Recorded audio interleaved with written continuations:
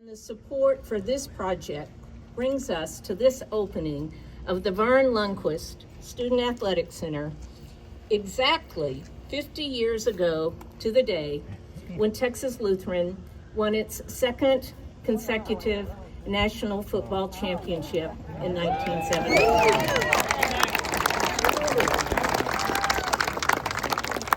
You'd think we planned it that way. If you were a member of that championship team and you are here today, can you stand or wave or let us know who you are?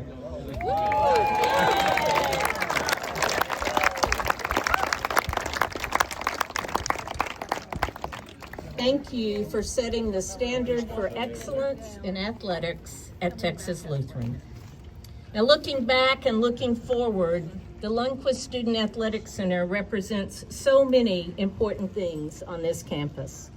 First and foremost, it demonstrates a commitment to our students athletes who today comprise approximately 40% of our student population, and also to our goal of providing them the best experience possible. In working towards that goal, we are reminded of the long-standing importance of athletics on our campus. We know that the student experience here is enhanced through competition and growth and team spirit and leadership development, all of which athletics provide. We know that student fans and spectators also benefit from a flourishing athletics program. And we know it was the experience of many former athletes here that not only propelled them into meaningful lives of service and faith and success, but also propelled them and their families to support this project so that it could be successfully completed to serve future Bulldogs. And we know that current and future student athletes are sure to benefit from this new space and to be connected directly to the great tradition of TLU athletics.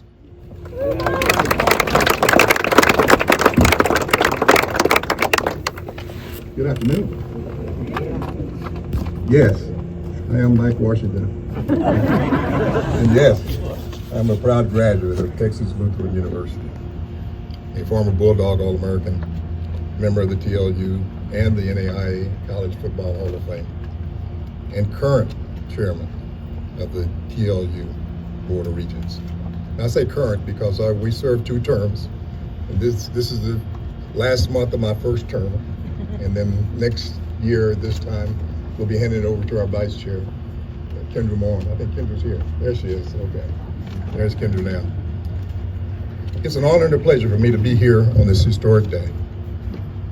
Today is indeed a historic moment. We're opening the doors to a new era of intercollegiate athletics at Texas Lutheran University. Just over 50 years ago, I came here to TLU for the first time on an official visit in a football recruiting trip.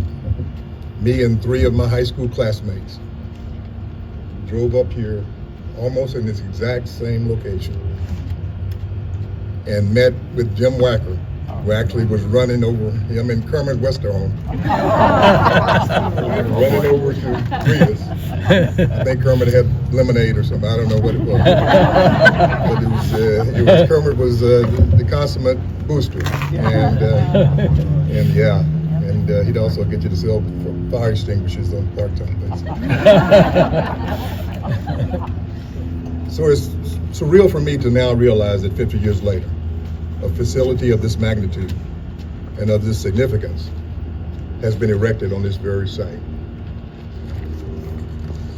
Athletics has taught me, and generally all who participate at this level, lessons far beyond the scoreboard and the playing field. Those early morning practices teach discipline. Those tough losses teach resilience. And every huddle and practice drill teaches the power of teamwork. Those lessons shape me into the person that I am today and continue to guide me through the current challenges I face on a daily basis. That's why today feels so special. We're opening a space that will carry those lessons forward. This building is more than walls and equipment. It's a place where future athletes will discover their strength, test their limits, and build bonds that last for a lifetime. It is a home for growth, for perseverance, and for excellence. Of course, none of this would be possible without the vision and the dedication and the generosity of so many. First and foremost, we honor Vern Lundquist and Nancy. Vern's legacy in broadcasting is matched only by his devotion to this university. He served 12 years and 3 full terms on the TLU Board of Regents and now earned the distinct honor of Regent Emeritus in 2020. We also extend heartfelt thanks to our full Board of Regents. Some of them, I believe, are here today.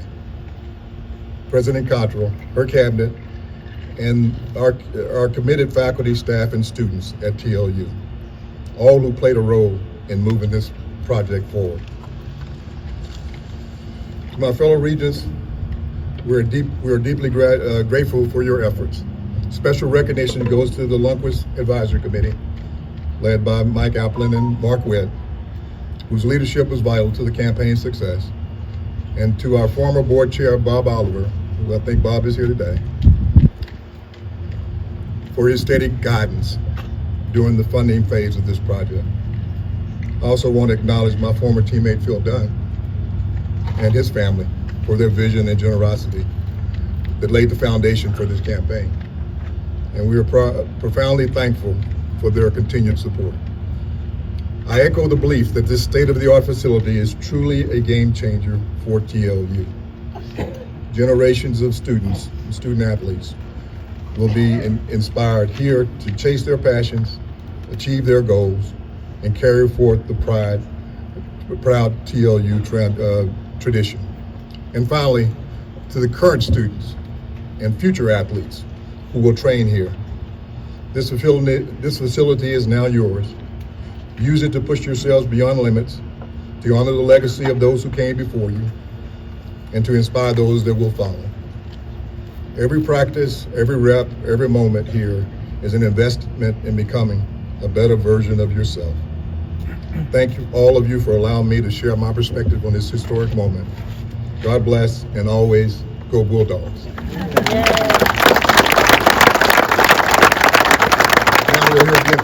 This opportunity to be here today to celebrate what you are doing here at Texas Lutheran University, specifically what you are doing through our athletics program. We thank you for this auspicious celebration of not just a new athletic center, but God, the way that so many have come together to make this happen. The way that so many have their fingerprints etched into the very stonework of this building.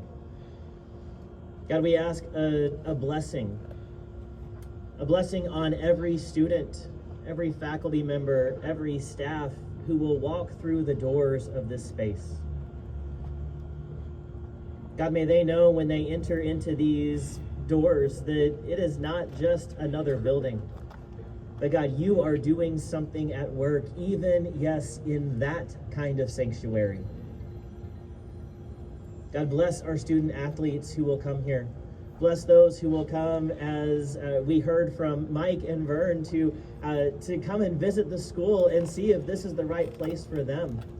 May things like this new student athletic center help pave the way for them to be students, for them to see how you are at work in this place, and for them to have the best 4, 5, 6 years of their lives here. God, do what only you can. Bless your people immensely. We thank you for being here with us, for celebrating with us. And we ask, Lord, as we finish up now, that you would go with us into whatever chapter is next in our lives. As we pray in your name. Amen. Amen.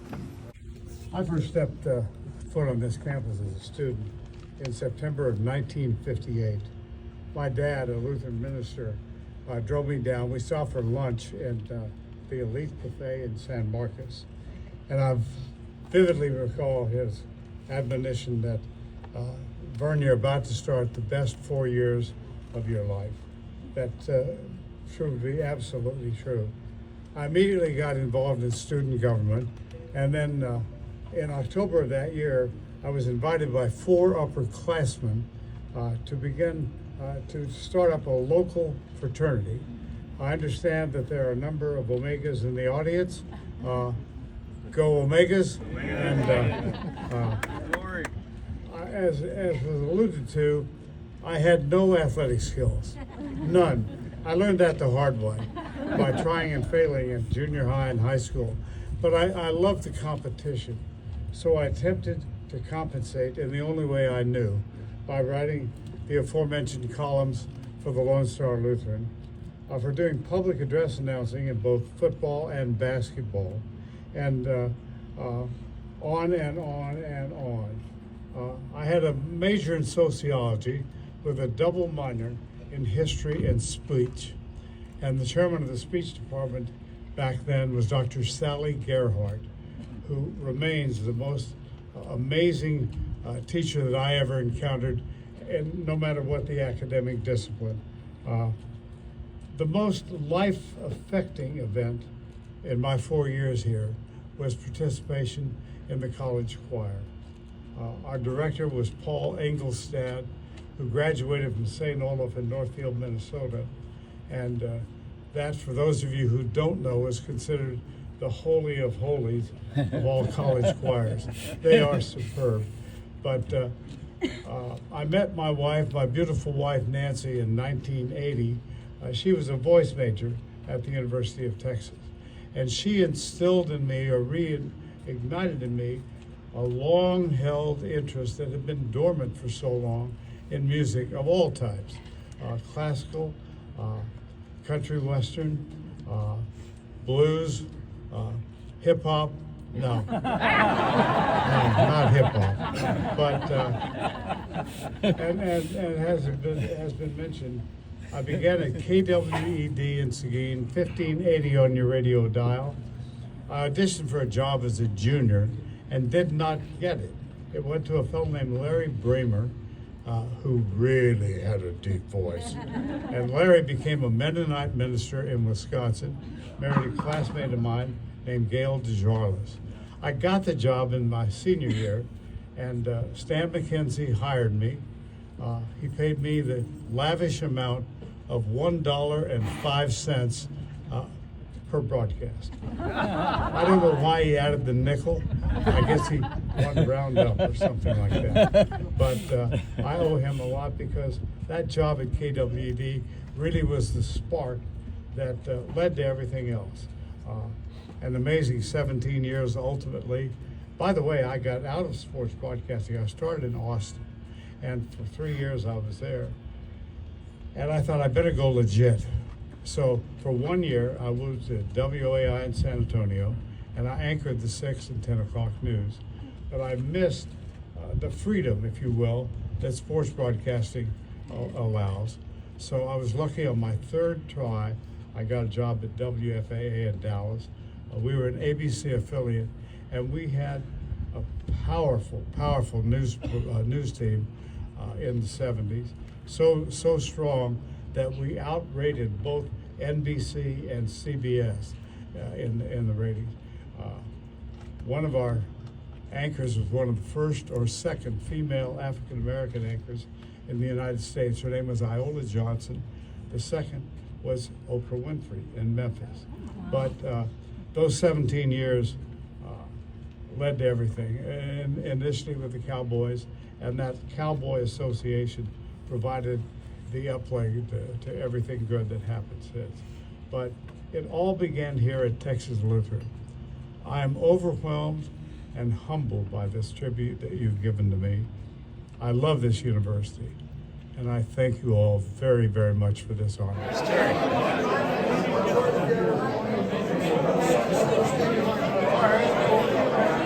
I know that we're getting a picture of him in front of all the churches, so maybe you guys can you